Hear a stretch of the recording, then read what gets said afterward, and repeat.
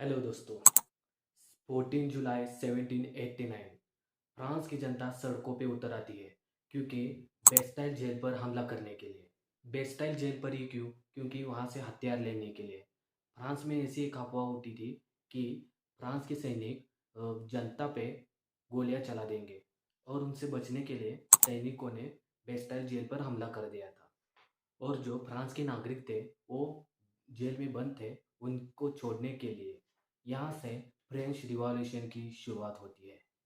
हमारी कहानी शुरू होती है बेस्टाइल जेल से। साल था 18 सेंचुरी। बहुत ही कम उम्र में लुई 16 को राजा बना दिया जाता है। फ्रांस में उस समय फेड्यूअल सोसाइटी थी, मतलब ओल्ड रेजिम। फ्रांस में उस समय खजाना पूरी तरीके से खाली हो चुका था।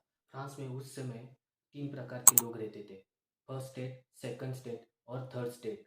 और जो थर्ड स्टेट के लोग थे वही लोग टैक्स देते थे।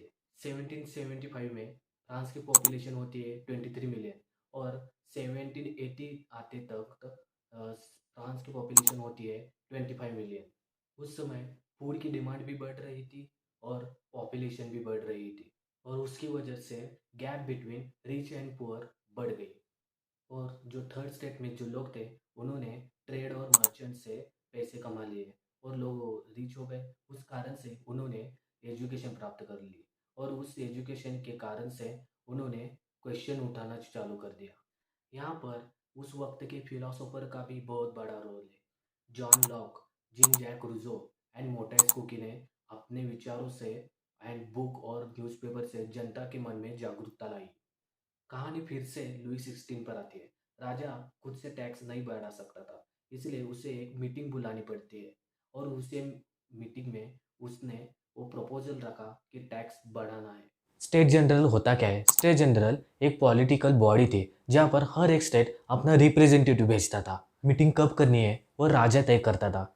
लास्ट मीटिंग 1640 में हुई थी और इस बार मीटिंग हॉल ऑफ वर्सेल्स में होने वाली थी। मीटिंग में फर्स्ट स्टेट में राजघराने के लोग आते थे, उनमें 300 लोग थे।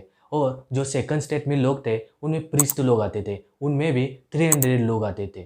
थर्ड स्टेट में सारे किसान और वर्कर थे, उनकी संख्या ज़्यादा होने पर भी उनके रिप्रेजेंटेटिव की संख्या बहुत कम थी, मतलब 600 थी। इस मीटिंग में हमेशा इन लोगों को पिछले रो में बिठाया जाता था, लेकिन ये बात इन लोगों को पसंद नहीं थी। अब इंडर टेनिस कोर्ट ऑफ वर्सेस में इन लोगों ने नेशनल असेंबली बनाई और जब इन लोगों का विश्वास इतना पक्का था कि जब तक राजा हमारी बात नहीं मानेगा तब तक हम यहाँ से नहीं हटेंगे। और इस थर्ड स्टेट के जो लीडर थे मिरायू और अबेसियस, वो इस थर्ड स्टेट से बिलोंग ही नहीं करते थे। अब जो मिरायू था वो फर्स्ट स्टेट मतलब नोबेल फैमिली से था। अबेसियस सेकंड स्टेट यानी प्रीस्ट था।